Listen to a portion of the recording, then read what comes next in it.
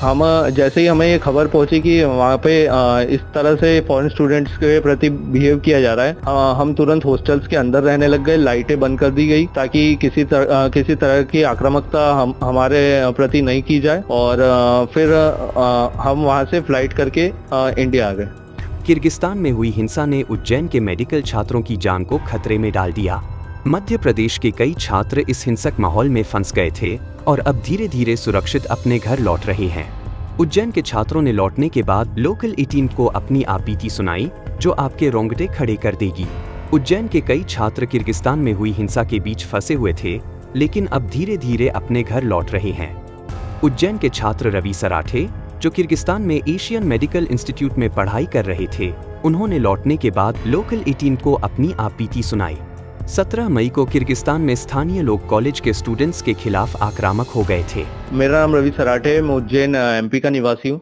मैं किर्गिस्तान के Asian medical institute में एमबीबीएस की पढ़ाई कर रहा था। मैं 3rd ईयर का छात्र हूँ, और वहाँ पे 17 तारीख को जो लोकल्स थे फॉरेन स्टूडेंट्स को के प्रति बहुत आक्रामक हो गए अचानक से, और बहुत वहाँ पे मारामारी और गलत तरीके से फॉरेन स्टूडेंट्स को ट्रीट करा गया। वहाँ के हॉस्टल्स पे फॉरेन लोकल्स घुस जा रहे थे और पीट रहे थे वहाँ के स्टूडेंट्स को, और वहाँ पत्थरबाजी भी की गई और बहुत गलत माहौल बन गया था। उज्जैन से मेरे साथ हॉस्टल में विवेक शर्मा, रोहित पांचाल और योगेश चौधरी मौजूद थे। साथ में ही वहाँ पे कुछ बच्चे अभी भी बिश्केक में मौजूद हैं, जिसमें रिया टाटावत और राज सोलंकी है। वहाँ पे इजिप्टियंस एक हॉस्टल था जहाँ पे कुछ लोकल्स घुस गए थे, और इजिप्टियंस और वहाँ के लोकल्स के बीच में मुठभेड़ हुई। और उस मुठभेड़ के बाद वहाँ के जो लोकल्स थे वो सारे फॉरेन स्टूडेंट्स के प्रति बहुत आक्रामक हो गए थे। रवि ने बताया कि वहां स्टूडेंट्स को पीटा गया, पत्थरबाजी की गई और गलत तरीके से ट्रीट किया गया। माहौल इतना खराब हो गया था कि इसलिए शाम होते ही हम लोग हॉस्टल की लाइट बंद कर देते थे कि किसी को यह जानकारी ना लगे कि अंदर कोई है। रवि ने बारीकी से पूरा घटनाक्रम बताते हुए कहा कि वहां पर हर चीज इतनी महंगी हो गई थी कि उसको हम उसे नहीं कर सकते थे। हमने डायरेक्ट वहां से फ्लाइट देखी थी तो बहुत ज्यादा महंगी थी, इसलिए हमें पहले कजाकिस्तान से अबू धाबी, उसके बाद दिल्ली से इंदौर की फ्लाइट लेना पड़ी। उसके बाद हम उज्जैन पहुंचे।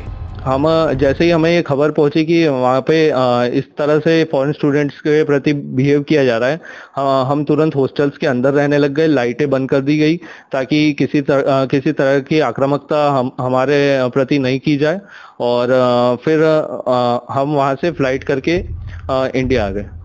जब मुख्यमंत्री को इस मामले की जानकारी मिली तो उन्होंने हमसे बात की और हिम्मत रखने को कहा। उनके शब्दों से हमें मोटिवेशन मिला और हमने जल्द से जल्द फ्लाइट पकड़कर वापस आने का निर्णय लिया। जैसे ही ये पता चला सरकार को, सीएम सर का कॉल तुरंत हमारे पास आया। पर्सनली मुझसे वीडियो कॉल पे सीएम सर की बात हुई और उन्होंने हमारी बहुत हिम्मत बांधी। उन्होंने बोला कि अपन तो उज्जैन के हिम्मत वाले लोग हैं, तो अपन को इन चीज़ों से डरना नहीं चाहिए, जिसके कारण हमें बहुत मोटिवेशन मिला, और उसी कारण से हमने जितनी जल्दी हो सका वहाँ से फ्लाइट करके फिर हम इंडिया आ सके। जिस दिन ये हुआ, मैंने मेरे माता पिता को तुरंत व्हाट्सएप पे ये बात बताई कि वहाँ पे ऐसा हालात चल रहे हैं।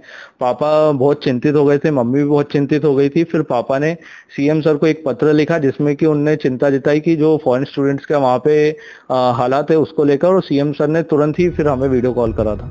लोकल 18 के लिए उज्जैन से शुभम मरमट की रिपोर्ट।